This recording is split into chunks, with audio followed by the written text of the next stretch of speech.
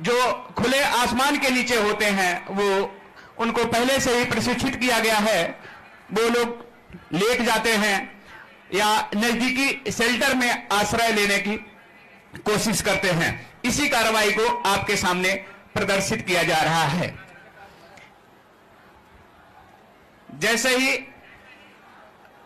शत्रु का हवाई हमला का खतरा टल जाता है तो एयर कंट्रोल द्वारा मैसेज मिलता है, एयर रेड ग्रीन, अर्थात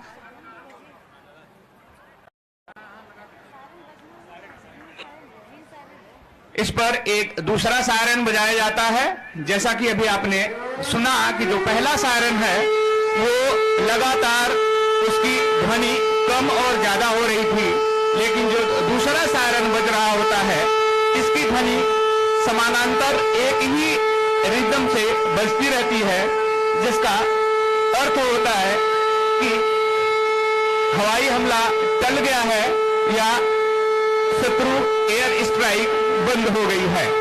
इसी कार्रवाई का आपके सम्मुख प्रदर्शन किया जा रहा है। महोदय, जैसा कि आपने देखा कि अभी जैसे ही एयर स्ट्राइक होता है तो जो फर्स्ट रिस्पॉन्डर होते हैं वो घटनास्थल पर पहुंचते हैं और जो भी वहां पे हताहत या पीड़ित विक्टिम होते हैं उनको इवैक्यूएट करते हैं। जो क्रिटिकली इंजर्ड, अभी मैं आपका ध्यान ग्राउंड में ले जाना चाहूंगा जहां पर सिविल डिफेंस के वॉलेंटियर्स द्वारा जो क्रिटिकली इंजर्ड विक्टिम हैं उनको हॉस्पिटल के लिए रेफर किया जा रहा है और जो माइनर इंजर्ड विक्टिम हैं उनको ग्राउंड में स्थित मेडिकल पोस्ट में प्राथमिक चिकित्सा देकर छोड़ दिया जाता है। इसी बीच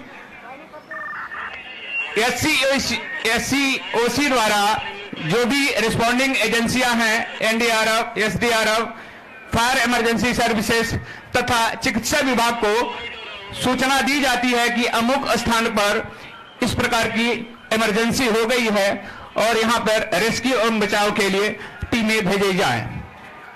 अब मैं आपका ध्यान ग्राउंड के दाहिने गेट नंबर 1 की तरफ ले जाना चाहूंगा जहां पर जो भी हमारी रिस्पॉन्डिंग एजेंसीज हैं वो घटना स्थल की ओर रवाना हो गई हैं।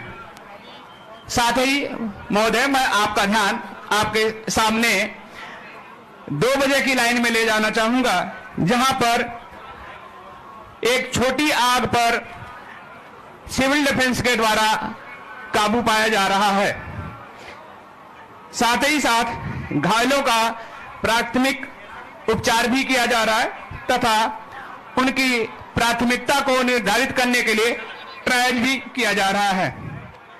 साथ ही आप देख रहे हैं कि एक बम्बार्डमेंट हो जाने के कारण एक घर में आग लग गई है, एक झोपड़ी में, जिसमें फंसे हुए लोगों को बाहर निकालने के लिए चीफ वार्डन अमरनाथ मिश्रा अपनी टीम के साथ स्वयं पहुंच जाते हैं।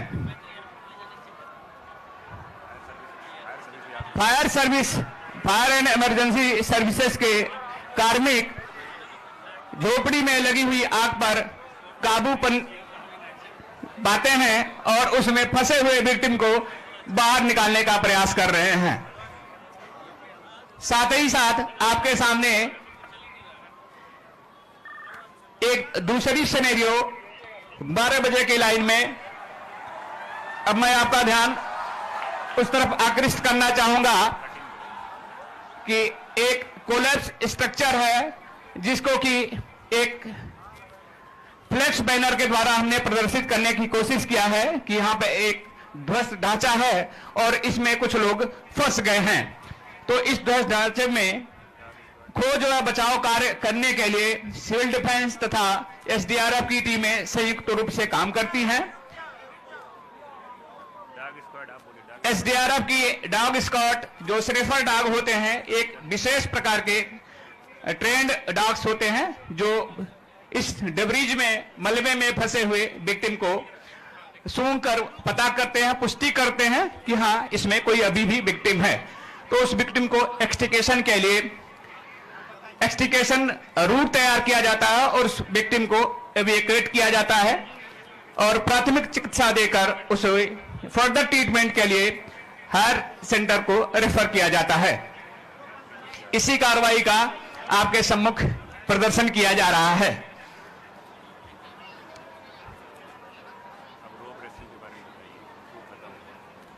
महोदय, साथ ही एक क्षतिग्रस्त व्हीकल है जिसमें कुछ विक्टिम फंसे हुए होते हैं। साथ ही साथ एसडीआरएफ की टीम उस क्षतिग्रस्त वाहन से विक्टिम को भी बाहर निकालने का प्रयास करती है।